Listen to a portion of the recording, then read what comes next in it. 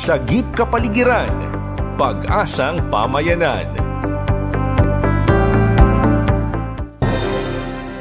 Gustong paimbestigahan ng isang opisyal ng Environmental Law Group na Tanggol Kalikasan sa mga otoridad ang ginagawang pagbebenta ng mga umano'y anting-anting mula sa mga sagradong bagay, halaman at bulaklak na kinuha mula sa Mystical Mount Banahaw.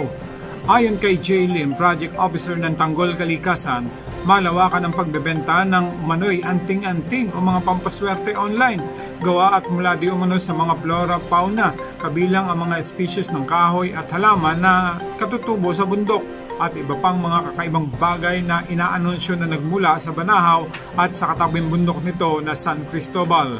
Sa FB account ng Bless Banahaw, makikita ang ilan sa mga item na binebenta online.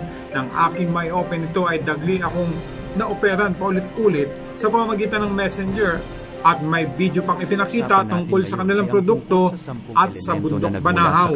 Gumamela Celes, di ka rin tinatabla ng mga patalim o bala kapag meron ka nito at nais mo namang magkaroon ng bracelet o amulet. May kaibigan akong antingero na gumagawa ng ganito at pinapalimusan niya ito sa murang halaga lamang. Samantala may hinala naman si J. Lim na posibleng may uri rin ang pagtitipo na maaaring nangyayari sa loob ng protektadong lugar nang hindi nalalaman ng mga otoridad.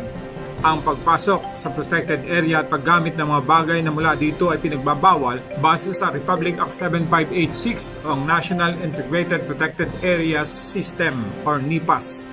Samantala nakaabot na rin ito sa kalaman ng miyembro ng Local Protected Area Management Board or PAMB.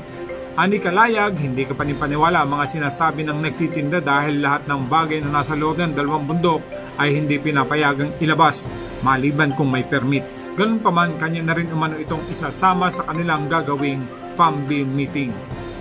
Ako si Randy Remontigue at ito ang Sagip Kapaligiran.